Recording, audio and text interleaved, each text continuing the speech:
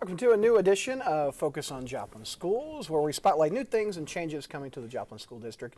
And one of the changes is we have a new athletic director. Matt Hiatt is with us.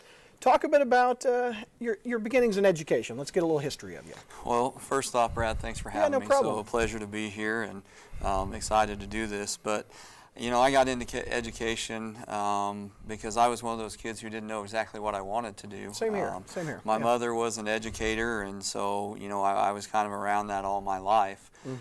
As I got set to graduate Pittsburgh State University, my path was going to be that of an athletic trainer. Okay. At the time at Pitt State, to be an athletic trainer, you were a PE major, right, and you had an emphasis in athletic training. So to graduate, I had to do my student teaching that last semester to get my degree, and ended up kind of liking that. And that's what I did, is just went that route. What did your mom teach for years? What did she teach? She taught business management at the college level, taught at Lebec Community College in Parsons, Kansas for 20 plus years. You know, she got her beginnings as a high school teacher in Tulsa, Oklahoma.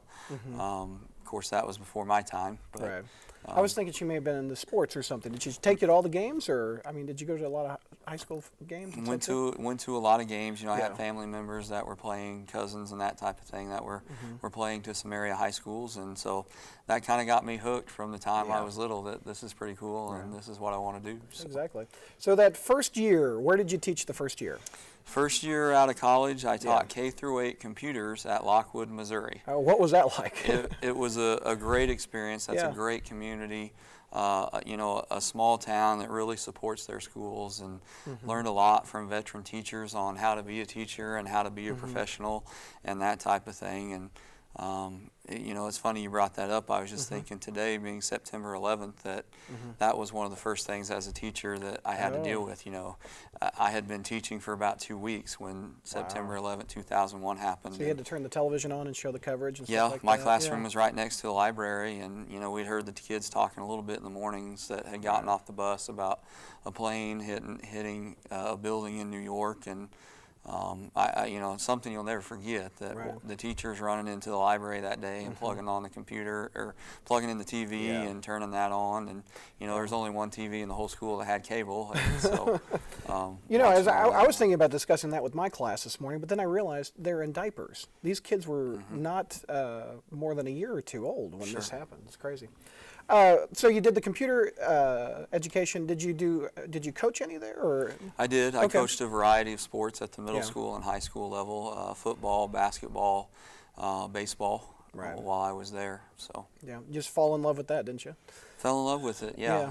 It was certainly something that I wanted to do, and you know, I appreciated being able to build a little different relationship with those kids, instead of just in the classroom after school with them. So that was your first move. What was your second move before Joplin? I spent 2 years in Lockwood, and then I went to Northeast High School as a PE teacher, which is what I wanted to do. Right? In Arma, Kansas, growing up in Southeast Kansas, that was closer to home for me.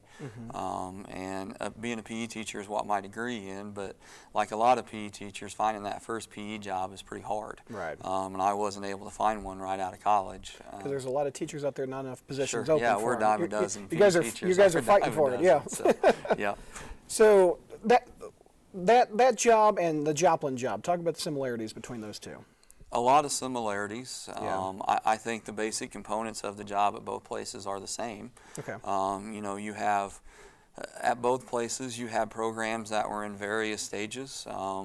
Programs that were pretty successful, programs that were close to being pretty successful, and you know, programs that for whatever reason had a long way to go. The difference is do the same things here, just on a much bigger scale. You know, there in the fall we had 3 sports going on: cross country, football, and volleyball. Here we've got 9 plus cheer and dance going on right now. So you're juggling a little bit more. More juggling, but you know, the premise of the job is the same. You know, you want to be a resource for your coaches and support your coaches, and just try to help them as they set their goals and their vision for their program, help them attain that. So. And you've got some big shoes to fill, Mr. Starkweather. Jeff Starkweather, he was at the job for 11 years. Talk about that.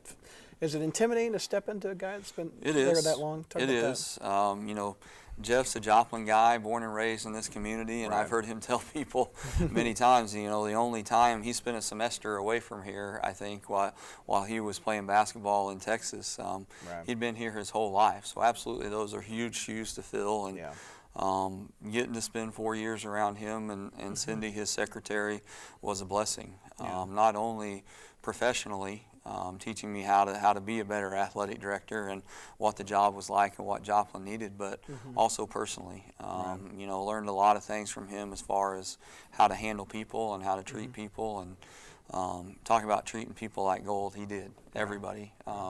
Whether you were the high man on the totem pole or the low man, he was a great person, and certainly respectful of taking this over after him. So there's a lot of high expectations. That kind of leads into my next question. Some other advice he gave you how to be successful with the program.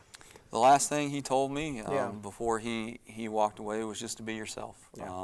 You understand what the job is, you know what the job entails, the day-to-day management type of things, and just be yourself and you'll be fine. There you go. That's good advice for anybody replacing someone.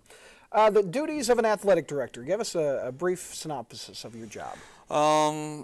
Well, it depends on what the day is. But Monday's different than Tuesday. There's several different things, but a lot of it is a managerial side where you're making sure we have workers, we have officials, we have coaches hired, and that type of thing, and the schedules are built every day for our kids, and that we have transportation to where our kids need to go.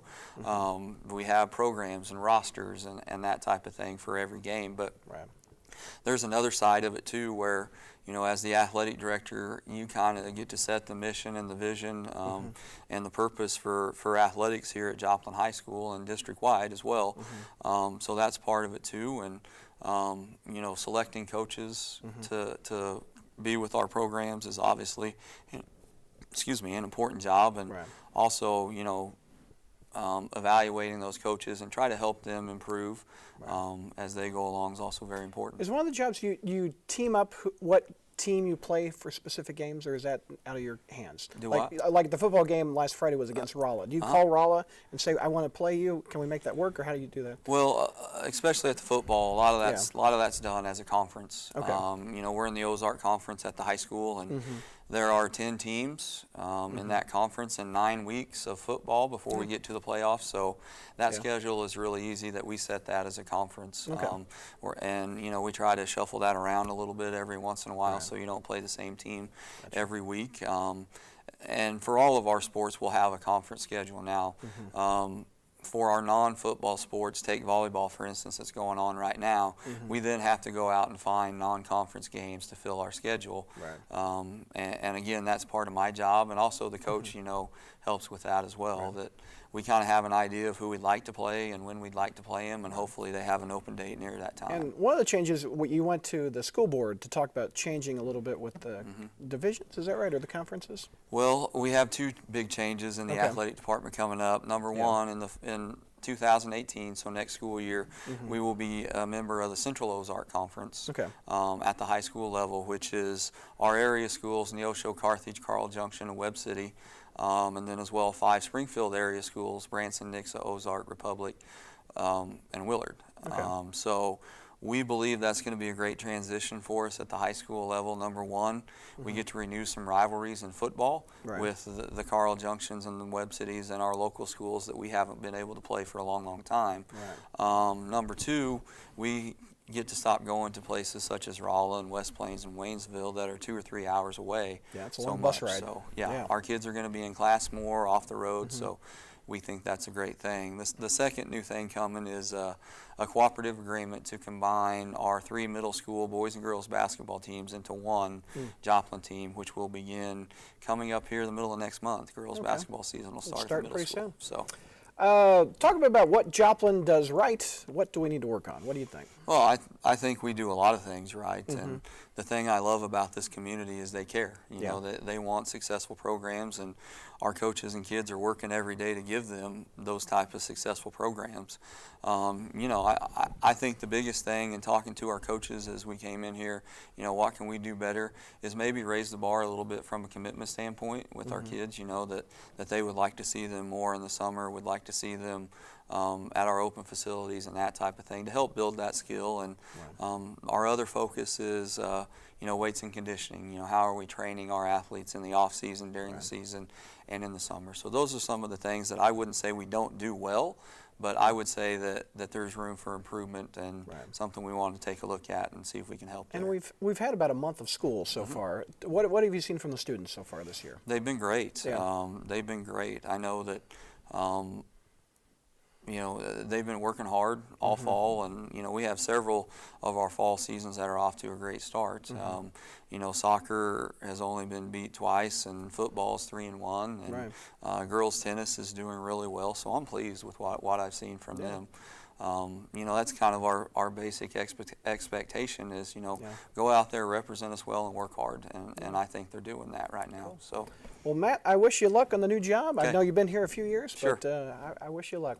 All right, that's a wrap for this episode Thanks, of Brad. Focus on Joplin Schools. I'm Brad Douglas for Jet HD.